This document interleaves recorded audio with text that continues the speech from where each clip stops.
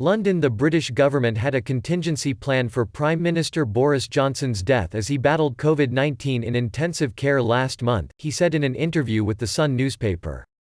Johnson, 55, returned to work on Monday, a month after testing positive for COVID-19.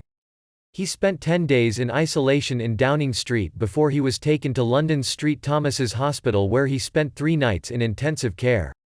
They had a strategy to deal with an LSQUO, death of Stalin-type scenario, Johnson was quoted as saying in Sunday's edition of The Sun. It was a tough old moment, I won't deny it. Johnson said that during the period when he was self-isolating in Downing Street, he had resisted going to hospital. I was in denial because I was working and I kept doing these meetings by video link, he said. But I was really feeling pretty groggy. I was feeling pretty wasted, not in an intoxicated way, but just, pretty rough. Then I was told I had to go into St. Thomas's. I said I really didn't want to go into hospital.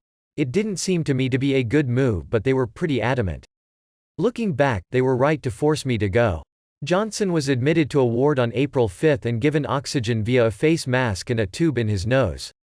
I was going through liters and liters of oxygen for a long time, he said. He was moved to intensive care on April 6.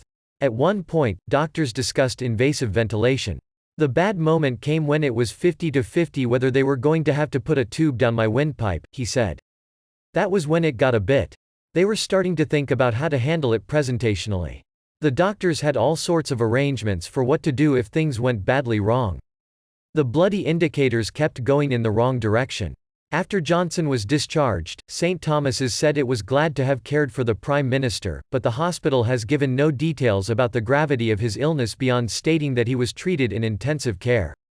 Johnson and his fiancée, Carrie Symonds, on Saturday announced they had named their newborn son Wilfred Laurie Nicholas, partly as a tribute to 2 intensive care doctors called Nicholas who they said had saved Johnson's life.